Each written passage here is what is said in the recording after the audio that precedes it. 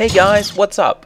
Dingo Crikey here with another commentary video on the Transformers films. This one's topic, should Optimus have forgiven Sentinel Prime in Transformers Dark of the Moon?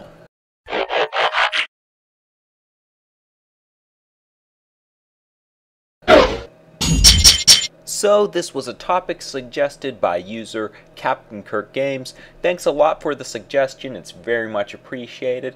And though the answer to this may seem really obvious, I think there's a lot of room for discussion, and people seem to go back and forth about this quite a bit in the community. Also, I want to discuss how things might have changed in Age of Extinction if things had gone differently in the end of Dark of the Moon. Also, this video will contain spoilers for Transformers Dark of the Moon. I know it is a 4-year-old movie, but in case you're concerned, don't watch this video. So, obviously Sentinel did bad things in Dark of the Moon, but he was a good guy before. Not only was he a Prime, but he was also the mentor to Optimus Prime. So does Sentinel's past, along with his potential as a good guy, the things he did in Dark of the Moon, why he did them, should all of that be kind of a pardon for what he did by conspiring with the Decepticons, fighting against the Autobots, trying to enslave the humans, all of that stuff? So I just recently rewatched most of the film for perspective on this, and kind of analyzed Sentinel from what we could see. So first up, analyzing Sentinel on sort of a professional level. Obviously he was a high-ranking Autobot, not only that a Prime, so a lot should be expected out of this guy. What he did would probably be considered treason. I'm not an expert on what it means, but I mean, he would not only be guilty of just abandoning the Autobots, but actually conspiring with the Decepticons. So he's guilty of some pretty big war crimes right there. I think the best he could have hoped for was life in prison. I mean, the execution was probably what you're going to get for doing everything he did. If there were some vows that high-ranking Autobots must take, he probably broke all of them by doing this. I mean, he betrayed the Autobots to work with Megatron. Now, the only justification you could probably find here is that his first and foremost duty is to protect Cybertron, but he basically betrayed everything that an Autobot should represent, and the Cybertron they should really be upholding. You know, if a Cybertron is going to be filled with a bunch of guys with this guy's ideology or a bunch of Decepticons, is it really worth saving at that point? Yeah, put it this way, I don't think Sentinel would really stand well in trial. On a moral level, I think he's just as much or almost more undefendable.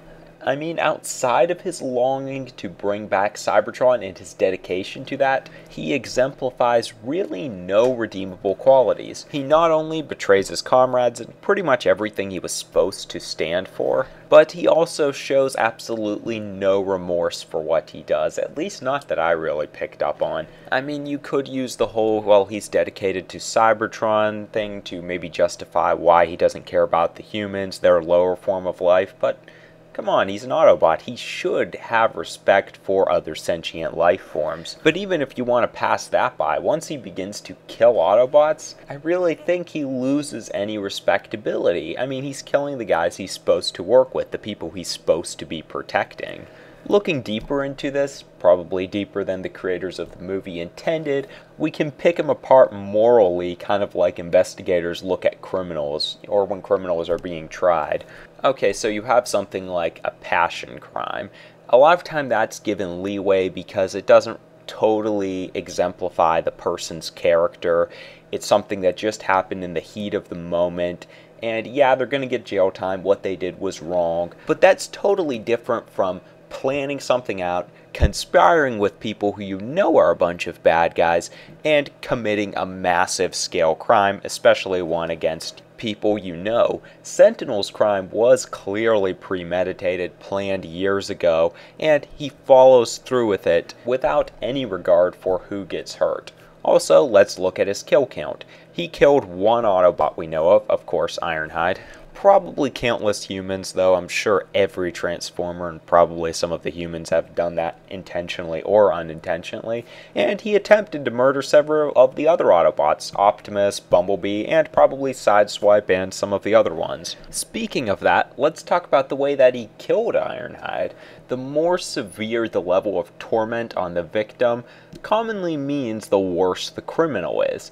Sentinel, for one thing, had the chance to simply injure Ironhide. He could have just blown off one of his legs if he didn't want Ironhide following him, which is still pretty cruel, but he didn't have to kill him. He could have just given him a quick death, like maybe shooting him with a normal gun instead of a rust blaster and just shooting him in the head twice or something.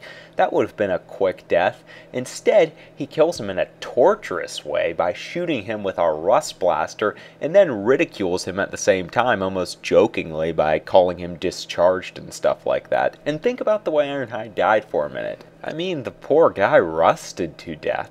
The human equivalent would probably be something like being eaten alive by tiny insects or rodents.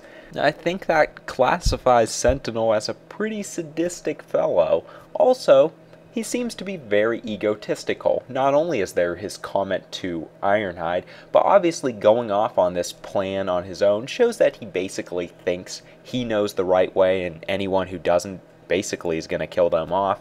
Also, even the people he's working with, Megatron, he feels the need to beat him up basically because, well, I'm still in charge. Being an egotistical criminal kind of makes you seem even more evil.